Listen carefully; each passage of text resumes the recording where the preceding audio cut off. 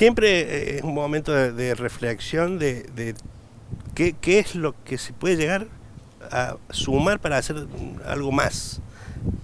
Siempre hay un momento de crítica, de decir qué hicimos mal, pero bueno, después pensamos en qué se puede hacer mejor.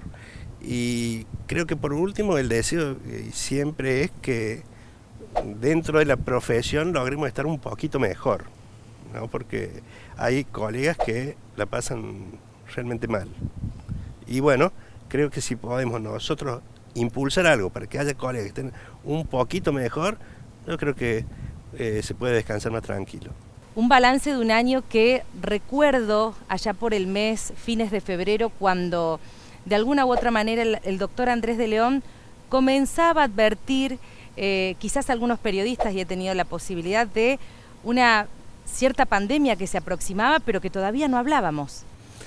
Sí, ya había los primeros indicios, sobre todo que en Europa la estaban pasando mal, o sea, ya había dejado de ser una enfermedad rara de Asia, ya se había hecho, digamos, global, todavía no era pandemia, pero era global.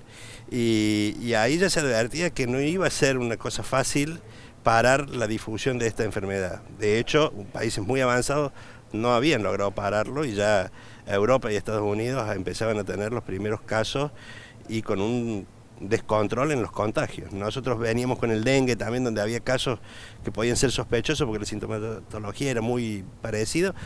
Y bueno, en algún momento analizando con gente que conoce mucho del tema, especialistas en el tema, nosotros por lo menos dijimos, la solución no va a ser esto del autoconfinamiento, porque va a ser difícil el cumplimiento, somos una sociedad que en general, pero particularmente los argentinos, y muy incumplidora de las normas, entonces esto va a haber que ser más serio, y dijimos en su momento de que lo que habría que haber hecho es cerrar las fronteras y impedir la entrada del virus, que nos iba a dar más tiempo. El virus siempre se va a colar de alguna manera, ¿no?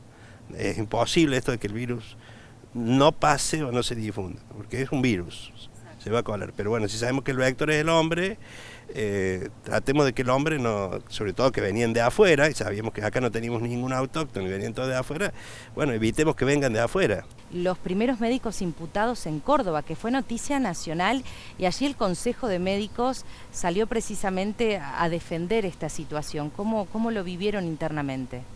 Sí, bueno, si ustedes recuerdan, también veníamos del escrache a los médicos y al personal de salud, veníamos con una situación donde la gente obviamente no entendía esto que estaba pasando, y sobre eso nosotros veíamos la sobreexposición del personal de salud y los médicos en particular, y que íbamos a tener contagiados y que íbamos a tener muertos. Hoy sabemos que los tenemos más de 1.300 en Córdoba médicos contagiados, más de 33 médicos fallecidos por COVID. Hoy, cuando veíamos en mayo que eso nos iba a poder pasar, y aparte de que eso, que nos íbamos a morir en la trinchera, nos vienen a imputar a 2 colegas, era como... Y bueno, pusimos sí, realmente una voz de alerta, y creo que se nos escuchó. Después de eso nunca más se imputó a ningún médico, y miren que ha habido casos, ¿no? Y ha habido contagios masivos en instituciones públicas, privadas, etcétera, pero a nadie se le ocurrió la aberración de imputar a un médico. Yo creo que fue también fruto de poner el tema en evidencia, el acompañamiento sobre todo de los medios, el periodismo que acompañó mucho, y hay que ser, en esto fueron muy solidarios, creo que entendieron el mensaje que queríamos transmitir. Como receptores del mensaje, ustedes lo recibieron, lo transmitieron, y eso fue bastante positivo, porque empezaron a tomar conciencia de que esto no es, como decías recién, Alejandra, de que fulano transmitió a Mengano. No, tampoco hay culpas, porque hay gente que después hoy viene y dice, uy, yo contagié a mi abuelo y se murió mi abuelo. Un consejo de médicos total y absolutamente activo, independientemente de la pandemia, que ha sido situación obligada, si se quiere, ¿no? Pero hacia la comunidad. ¿Cuál es el balance de ustedes internamente? Hemos venido trabajando hace mucho en llevar cosas concretas a la comunidad que desde los médicos podamos aportar, hacer un aporte a la sociedad y a la comunidad en general. Y hay muchos aspectos donde se puede trabajar muy bien. Y tenemos hace ya 4 años, los meses de agosto más o menos, hacemos con las universidades, a los alumnos del último año, algo así como mostrarles lo que es la profesión médica para ver los que tienen vocación, o reforzársela o advertirles de lo que es ser médico. Entonces hemos trabajado en RCP con municipios del interior, hemos trabajado esto de la alimentación en niños con el Ministerio de Educación en las escuelas, hemos trabajado con escuelas libres de humo, por ejemplo, que significa, los niños obviamente no van a fumar, pero que los adultos que van a esas escuelas, los padres que de esos niños, de alguna forma puedan identificarse por ser una escuela libre de humo. Bueno, hay muchas tareas que se pueden hacer de extensión a la comunidad, y sobre todo cuando salen temas que tienen, digamos, a la salud en general y a los médicos en su accionar como protagonistas, tener una entidad que pueda dar una voz, digamos, por lo menos, no digo que sea la palabra justa, pero es una visión desde el ejercicio de la medicina. Hablábamos recién de la pandemia, los médicos que en principio fueron imputados, y a partir de allí cómo cambió la situación en base al primer comunicado que se dio a conocer por parte del Consejo de Médicos. Luego llegó el 25 de mayo, esa convocatoria masiva también que terminó siendo Córdoba título nacional. ¿Qué recordás de ese día?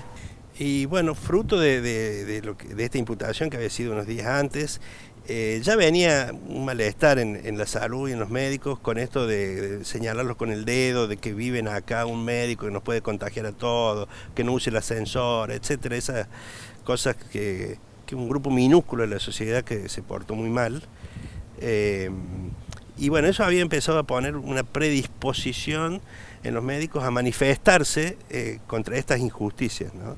Y esta injusticia, que fue la imputación de los 2 médicos, terminó por hacer estallar esa olla a presión que había, y los médicos autoconvocados, porque fue un grupo que empezó a manejarse usando redes, etcétera. Y bueno, nosotros lo único que hicimos es poner en evidencia el malestar que había en la gente, en los colegas, ¿no? Y cuando se convocó a la marcha fue realmente algo que no se había visto antes. Las vacunas salvan vidas. Esa campaña masiva en donde no vacunar a tu hijo es violencia muy fuerte, muy interesante, muy impactante. Y fue antes de hablar de la pandemia, antes que llegara, y ahora estamos esperando una vacuna. Y bueno, fue premonitorio, ¿no? Porque la campaña venía, sobre todo porque había rebrotes de enfermedades que ya las teníamos totalmente solucionadas, ¿no? El sarampión estaba erradicado, últimamente, en los últimos años no habíamos tenido tétano congénito, no habíamos tenido rubiola infantil, o sea, veníamos realmente bárbaros. Y de pronto, con estos movimientos antivacunas que son incomprensibles realmente, se venían de nuevo a la aparición de estas enfermedades, y volvimos a retomar un eje temático durante todo un año de decir las vacunas salvan vidas. Como si lo hubiéramos soñado. Hoy estamos esperando que llegue la vacuna, porque realmente lo que va a salvar vidas acá no es nuestro accionar, que bueno, podemos mejorar un poco, pero lo que va a evitar que se transmita la enfermedad es la vacuna.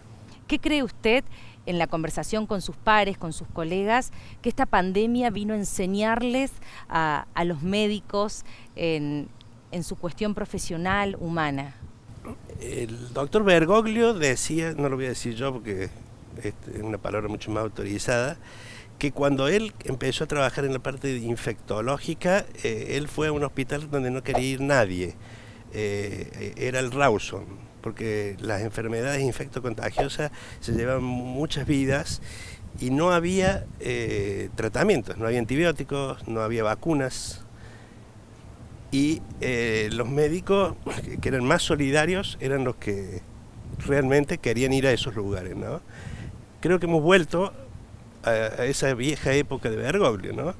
Ahora hay que ir a poner el cuerpo para atender esta pandemia donde no hay remedio y no hay vacuna. Así que creo que hemos vuelto a aprender de que quizás deban dejar de tener los que sean así, ¿no? Yo creo que la gran mayoría de los médicos no son soberbios, pero los que a veces la medicina con tantas herramientas nos da una suerte de decir, puedo combatir todo o puedo intentar combatirlo todo. Yo creo que esto, la gran enseñanza que nos tiene que dejar es un baño de humildad y decir, ojo, no podés combatir todo, no podés tratar todo, tenés que aprender a vivir con estas cosas, a vivir con la enfermedad y a vos ser parte también de un probable contagiado, ¿no? Entonces, como médicos, creo que esa debería ser la gran enseñanza, que no es mía, por supuesto, es de un